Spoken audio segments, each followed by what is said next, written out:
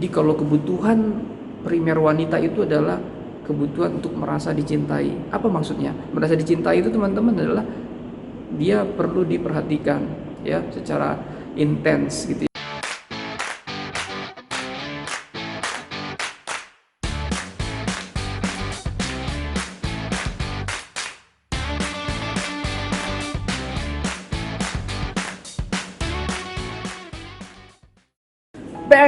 Back again. Halo teman-teman Slim semuanya, kembali lagi di Seven Production.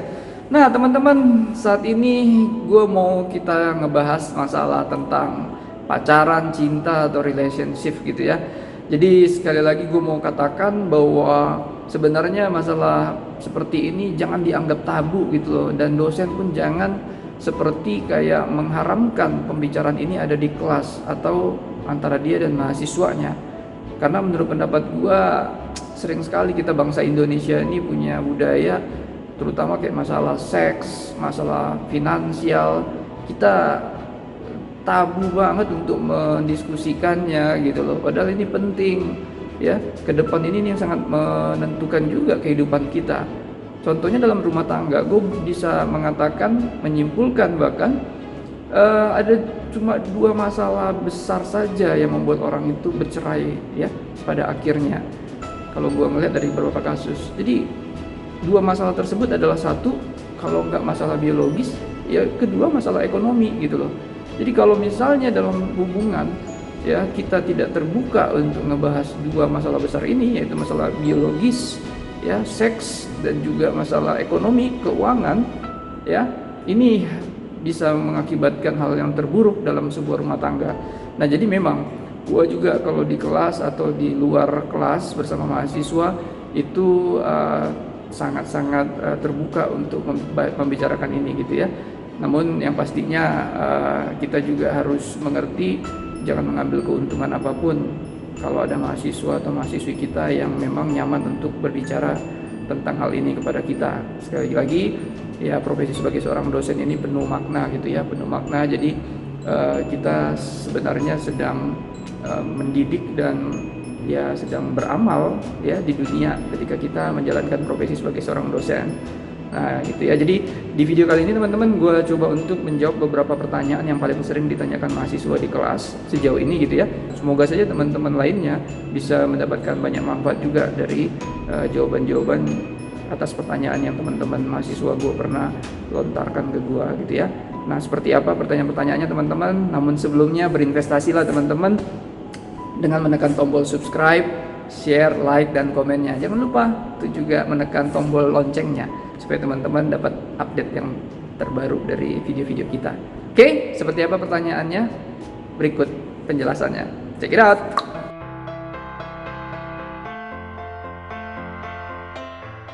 Nah teman-teman, pertanyaan itu memang paling sering banget nih gue dapetkan gitu ya. Jadi gue bisa jawab ya, gue sering banget gitu ya. Jadi dulu itu waktu SMP aja gue udah nembak cewek gitu, dan sampai tamat D3 bahkan tuh ditolak mulu gitu, ditolak ya. Jadi gue respect sama teman-teman yang gampang untuk menyatakan cinta dan diterima oleh pacarnya gitu ya.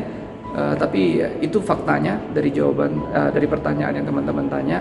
Namun yang perlu gue juga jawab di sini adalah setelah gue mengetahui bagaimana cara cewek berpikir, bagaimana cara cewek itu melihat masalah, dan bagaimana mereka bersikap, ya jujur aja gue akhirnya dengan lebih mudah mendapatkan pacar gitu ya. Nah gue bukan tipe playboy sih banyak-banyak pacar gitu ya, tapi intinya gue mau katakan bahwa dalam hal komunikasi atau PDKT itu gue mengerti poin-poin mana yang memang harus gue jalanin, harus gue katakan, harus gue sikapin terhadap si calon pacar ini gitu ya. Makanya pada akhirnya ya lebih mudah. Nah teman-teman kelas gue tuh paling ngerti tuh, teman-teman mahasiswa ya, bahwa ada satu prinsip yang gue selalu candain ke mereka ya. Dengan akhirnya gue punya pacar dan mengetahui jurus-jurusnya, ada prinsip kita yaitu adalah ya, perkokoh pusat, perbanyak cabang gitu ya. Jadi itu candaan kita. Artinya memang gue mau katakan kalau kita ngerti bagaimana jalan berpikirnya wanita, akan lebih mudah buat kita PDKT dan diterima. Jadi masalah ditolak itu tidak jadi masalah kalau kita mau belajar dari kejadian-kejadian sebelumnya.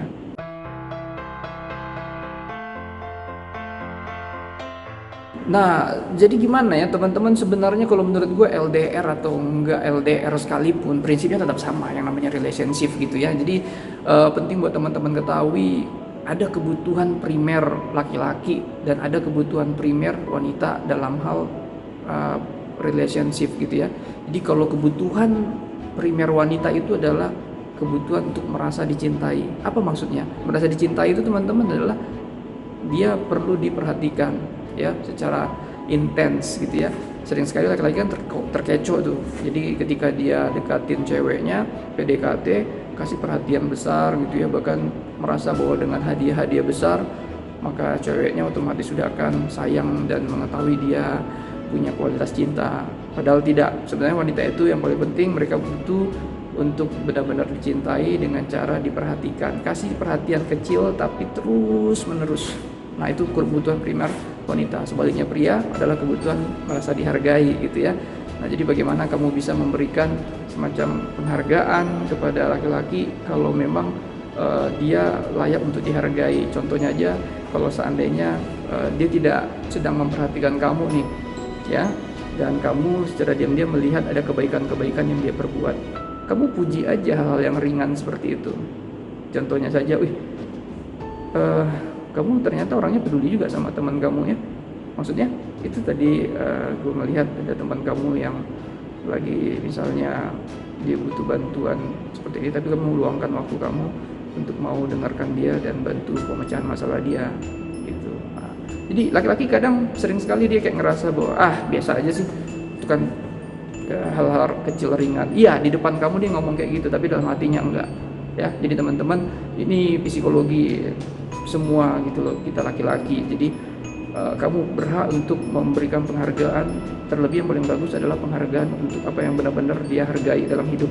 Contohnya kalau dia menghargai dalam hal penampilan, lihatlah, akui gitu ya, kasih pujian, kasih penghargaan yang memang tulus. Kamu lihat penampilannya sedang bagus gitu ya, atau cara dia berbicara, cara dia berpikir, terutama cara dia menghadapi atau memecahkan masalah. Kamu berikan pujian-pujian seperti itu.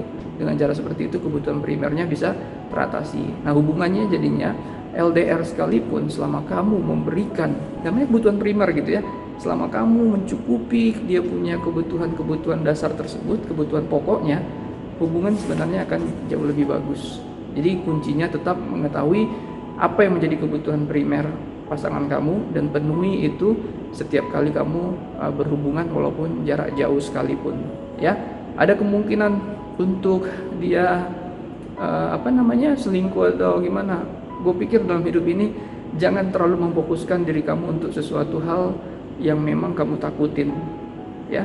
Jadi dengan kamu banyak memberikan perhatian ke yang kamu takutin, kemungkinan hal itu terjadi dalam hidup kamu pun semakin besar.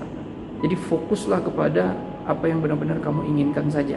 Kalau kamu inginkan hubungan kamu akan jadi lebih baik, terus kamu bisa melihat hubungan kamu itu benar-benar berkualitas, fokuslah ke sana gitu loh.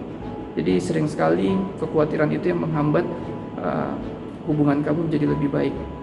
Ya teman-teman, jarak jauh gue pikir itu hampir sama saja dengan tidak LDR sekalipun cara penanganannya.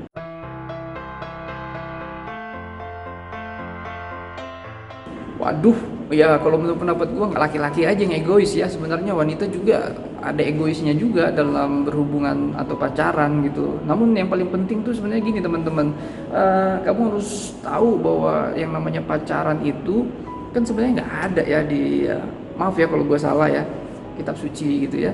Jadi kalau kayak keyakinan gue tuh nggak ada istilah pacaran ya, menikah sih ada gitu. Nah jadi kita lah manusia yang memang membuat kata pacaran itu. Nah, namun di sini yang gue mau katakan adalah kalau memang pacaran itu kita yang buat, kita harus menjadikan pacaran itu adalah sebagai ya waktu untuk mengenal lebih dalam lagi seperti apa pasangan kita. Nah, jadi sering sekali orang yang berpacaran tidak memaksimalkan waktu dia pacaran untuk mengenal lebih dalam lagi ya cowoknya atau ceweknya. Ya ini sama aja nih, sehingga makanya dibilang egois karena memang sebenarnya pasangannya nggak tahu bagaimana tuh sebenarnya sih cowokku atau cewekku dalam hal menjalankan kesehariannya, dalam berpikir gitu ya, dalam melihat masalah ya. Jadi teman-teman penting sekali kita harus tahu, misalnya kayak pasangan, contohnya kayak inilah, kayak kasusnya Dilan sama Milea gitu ya, filmnya gue juga nonton tuh. Nah jadi kan sebenarnya kenapa mereka bisa putus, kalau menurut pendapat gue, walaupun kualitas mereka PDKT saling menggombalin ya, kalau Dilan yang bisa menggombalin Mileanya sangat-sangat bagus seperti itu, membuat Milea selalu terbang. Tapi ada satu yang tidak dilakukan oleh keduanya, yaitu adalah mendalamin atau benar-benar memahami secara mendalam pasangannya. Ya, ketika misalnya Milea meminta untuk Dilannya tidak tawuran lagi gitu ya, Dilan nggak mengerti gitu loh, sebenarnya apa sih yang dibutuhkan oleh si Mileanya. Ya, kata-kata Milea mengatakan kita putus itu diartikan secara emosi oleh si Dilannya. Padahal kalau kita yang sudah benar-benar sayang dan menghabiskan waktu banyak dengan pasangan kita, harusnya kita sudah mengetahui itu. Setiap kata yang sering dia keluarkan itu maknanya jangan disamakan buat orang-orang lain atau pacaran atau hubungan orang lain.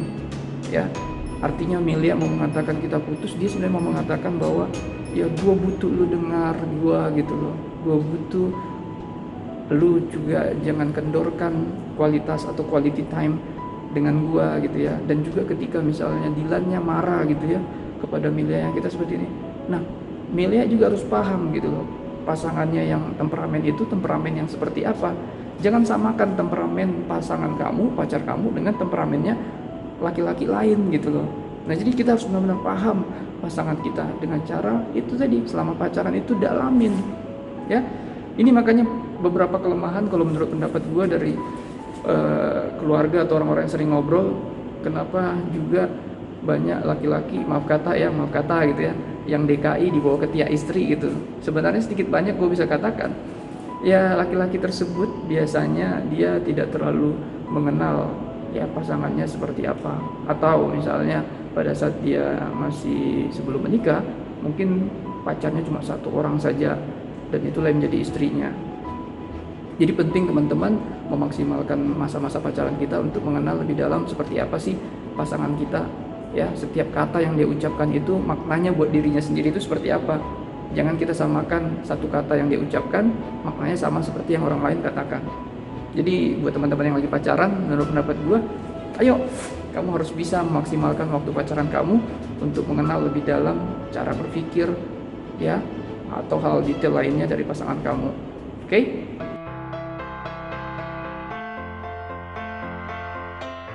Nah ini sebenarnya muncul dari teman-teman mahasiswi yang memang ya normal lah ya. Jadi gue mau katakan banyak mahasiswi itu yang datang untuk curhat ketika mereka sedang punya masalah dengan pasangannya gitu. Jadi yang gue mau katakan sebenarnya kita laki-laki, ya nggak semua laki-laki lah ya seperti itu.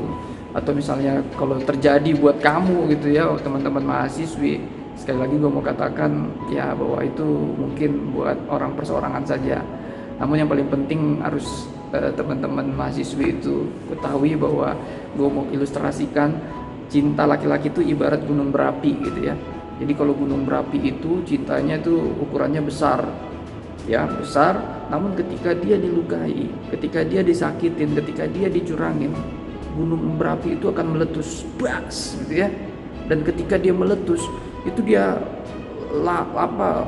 panasnya itu akan menghancurkan semua perumahan yang ada di sekitarnya, akan membunuh banyak orang, akan menghancurkan rumah-rumah.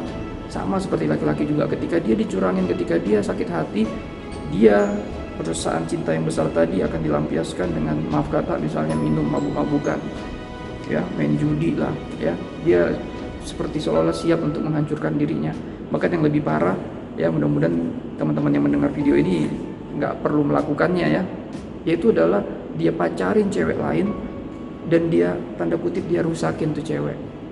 Itulah ilustrasi bagaimana cinta seorang laki-laki. Beda sama wanita. Wanita itu cintanya ilustrasinya bisa gue bilang kayak kuku gitu loh.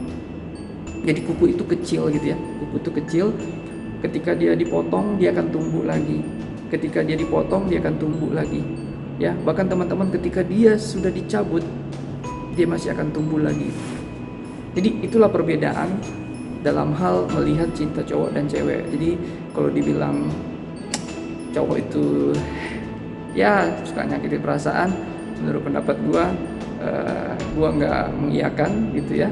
Namun sekali lagi gue selalu menekankan sama teman-teman cewek bahwa kita punya ilustrasi menggambarkan laki-laki dalam hal perasaan cintanya itu seperti apa, cewek juga seperti apa.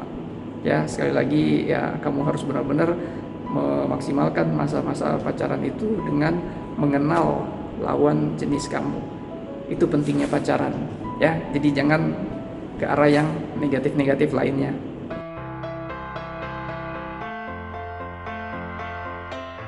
Rumus move on. Jadi teman-teman, menurut pendapat gue ketika teman-teman tuh lagi broken heart gitu ya, patah hati, yang harus diingat adalah kamu harus bisa mengontrol perasaan diri teman-teman sendiri gitu loh. Jadi teman-teman harus bertanggung jawab terhadap perasaan yang teman-teman alamin saat ini. Intinya gue mau katakan seperti ini. Jadi tidak ada satu orang pun yang bisa menyakiti perasaan teman-teman kalau teman-teman nggak mengizinkannya. Jadi semua perasaan sakit hati, semua kecewa, semua hal yang susah untuk teman-teman terima itu adalah atas izin teman-teman sendiri, ya. Jadi itu kan yang dikatakan Mahatma Gandhi. Jadi sebenarnya, jadi tidak ada satu orang pun yang bisa menyakiti perasaan kita kalau kita nggak mengizinkannya.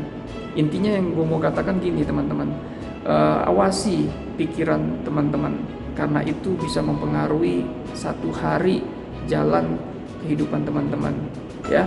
Jadi ketika bangun pagi coba ya, kalau teman-teman baru bangun pagi aja ketika lagi patah hati dengarnya musik-musik yang mellow ya, percayalah pada akhirnya itu akan masuk ke alam bawah sadar teman-teman ya, masuk ke alam bawah sadar, sehingga pada saat ketemu sama teman-teman bawaannya pun kayak sedih terus ya. Makanya kadang kita kan, teman-teman kita sering mengatakan, lu kenapa lu kok kayaknya kayak sedih gitu loh, padahal baru ketemu.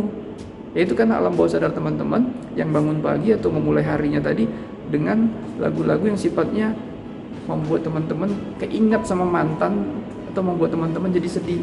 Hati-hati gitu ya. Jadi dalam hidup ini teman-teman awasi pikiran teman-teman. Jadi awasi musik yang teman-teman dengar ya, awasi buku yang teman-teman baca, awasi film yang teman-teman tonton, awasi siapa lingkungan atau teman-teman yang sedang berbicara dengan teman-teman ya. Jadi kalau teman-teman mahasiswa ini atau yang lagi patah hati ini, pada saat dia patah hati ternyata bukunya juga adalah buku-buku yang novel-novel patah hati, terus nontonannya juga tontonan yang romantis yang patah hati atau apalah gitu ya, terus nanti dia juga nongkrong sama teman-temannya ngebahas masalah-masalah yang ya lebih kepada gosip gitu ya, akhirnya kesimpulannya ya teman-teman akan susah move on gitu loh.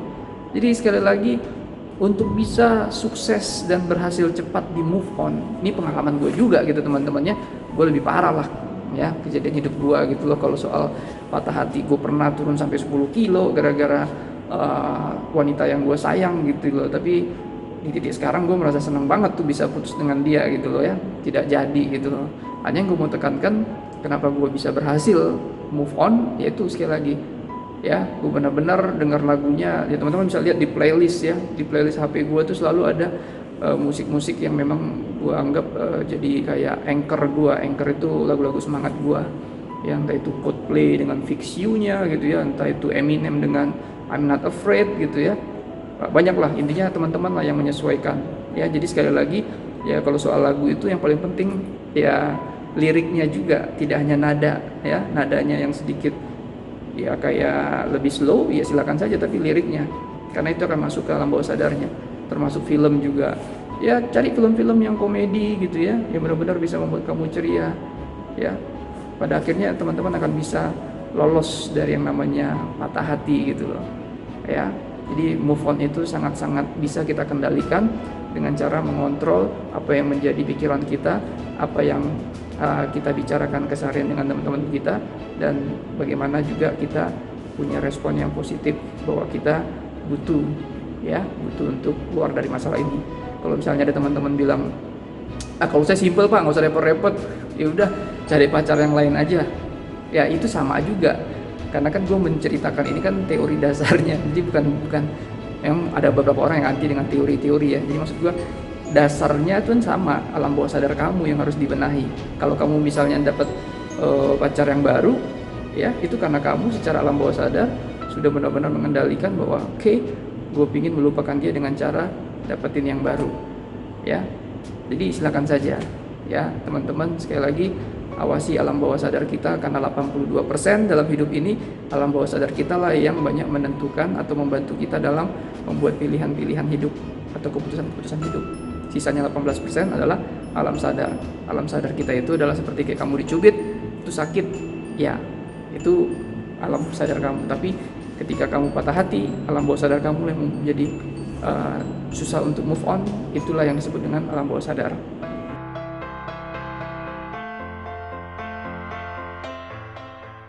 Baik teman-teman, ini merupakan pertanyaan yang paling sering ditanyain ya. Hampir setiap semester pasti ada yang nanyain itu, mau mahasiswa, mau mahasiswi, pasti itu. Nah jadi gue mau katakan seperti ini dulu. Jadi kalau kita pacaran itu, gue berpikir bahwa kita harusnya semakin dewasa gitu loh. Ya kita semakin naik kelas karena kita belajar tentang bagaimana mendalamin hubungan dengan lawan jenis kita gitu ya. Nah jadi dengan pacaran beda agama pun jawaban gue tetap sama teman-teman, yaitu adalah gue tidak pernah menyalahkan ya. Selama lu membawa dalam doa hubungan, terutama pada saat PDKT ya, menurut gue tidak ada yang perlu dipersalahkan. Karena ketika kita memohon sama Tuhan untuk dibimbing gitu ya, gue yakin Tuhan pasti akan memberikan jawaban-jawabannya tuh ya.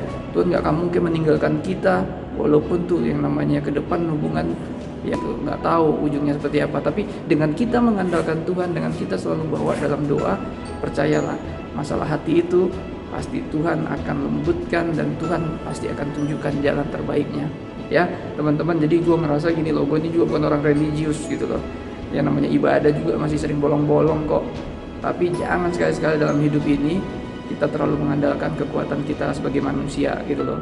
Yang paling baik adalah ketika kita benar-benar berserah, terlebih lagi menempatkan Tuhan menjadi prioritas yang pertama. Artinya dalam membawa setiap masalah kita dengan mengadu kepada Dia saja, bukan ke hal-hal yang lainnya. Ya teman-teman ya, jadi itu aja menurut pendapat gue. Beda agama sih nggak masalah selama sekali lagi dalam PDKT-nya ya. Ingat dalam PDKT-nya, jangan pada saat pacarannya kamu justru bawa dalam doa. Ya bagus juga sih, cuma maksud gue harus lebih mendahulukan Tuhan di hubungan-hubungan yang masih di awal, yaitu di pada saat PDKT ya. Terus andalkan Tuhan, semoga saja kamu dapatkan jawaban-jawaban terhadap hubungan kamu yang beda agama. Ya penting buat teman-teman ingat bahwa ya rancangan Tuhan itu rancangan damai sejahtera gitu, jadi bukan rancangan kecelakaan. Jadi semuanya pasti akan indah yang Tuhan kasih buat doa-doa teman-teman ya. Jadi baik teman-teman, itu saja untuk pembahasan cinta atau Q&A kita masalah relationship ya. Semoga bermanfaat buat teman-teman. Nah teman-teman jangan lupa juga ya untuk berinvestasi dan menekan tombol subscribe, share, like dan komennya. Oke, subre. Thank you very big and God bless you all. Ow.